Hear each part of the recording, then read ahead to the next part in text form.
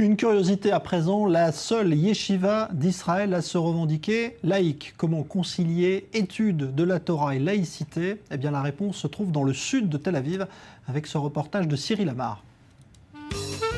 C'est ici, dans l'effervescence des quartiers pauvres de Tel Aviv, entre les grondements des autobus de la gare routière et les badauds clandestins du Soudan ou d'Érythrée, qu'a élu domicile la première yeshiva laïque d'Israël, Bina. Yeshiva, laïque, deux mots que tout sépare en apparence, mais pour son président, ils n'ont rien d'antinomique.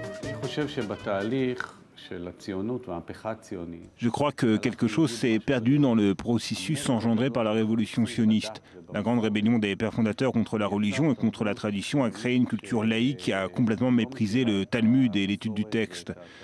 Je n'irai pas jusqu'à dire que cette culture a enfanté des non-juifs qui parlent hébreu, mais des Israéliens à l'identité juive creuse, sans racines. Dans une large mesure, les pionniers connaissaient les textes. Ils étaient originaires de familles traditionnelles venues d'Europe de l'Est. Ils connaissaient le Talmud, mais leurs enfants et leurs petits-enfants, eux, ne connaissent rien. C'est justement pour remédier à cet accident de parcours qu'en 1996, des éducateurs et intellectuels issus du mouvement kibboutzik créent Bina. Indigné par l'assassinat du Premier ministre Yitzhak Rabin au nom des valeurs juives, il se fixe pour objectif de reconnecter la jeunesse israélienne à son patrimoine pour former les dirigeants israéliens de demain.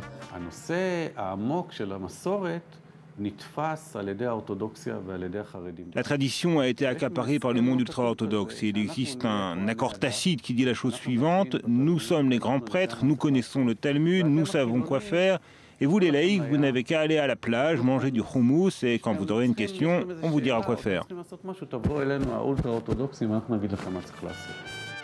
Ici, la kippa et le châle de prière ne sont pas de mise. Pourtant, les 200 étudiants qui foulent chaque année la yeshiva laïque de Tel Aviv sont tout autant assidus que leurs acolytes orthodoxes dans l'étude du texte. Les enfants d'un même peuple, le peuple du livre. Le judaïsme est en grande partie constitué de la culture du livre.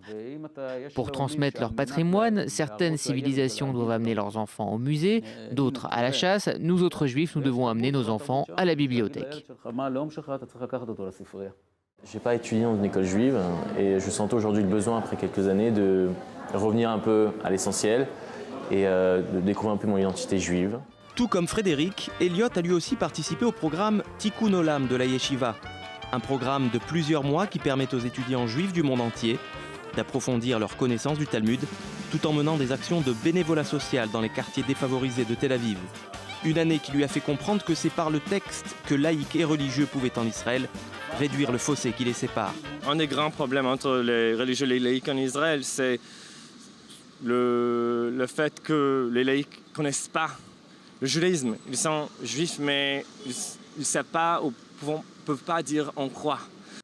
Si vous aviez dit à mes amis il y a 20 ans qu'un jour je deviendrais directeur d'une yeshiva, ils vous auraient sans doute pris pour un fou. Redonner à l'identité israélienne sa dimension juive originelle, pour Eran Baruch, le vœu n'est pas si pieux. L'Israélien ne veut plus être cet ignorant qui ne connaît rien au judaïsme et qui se moque des religieux. Il veut désormais se réapproprier la tradition et la culture juive et s'y sentir familier.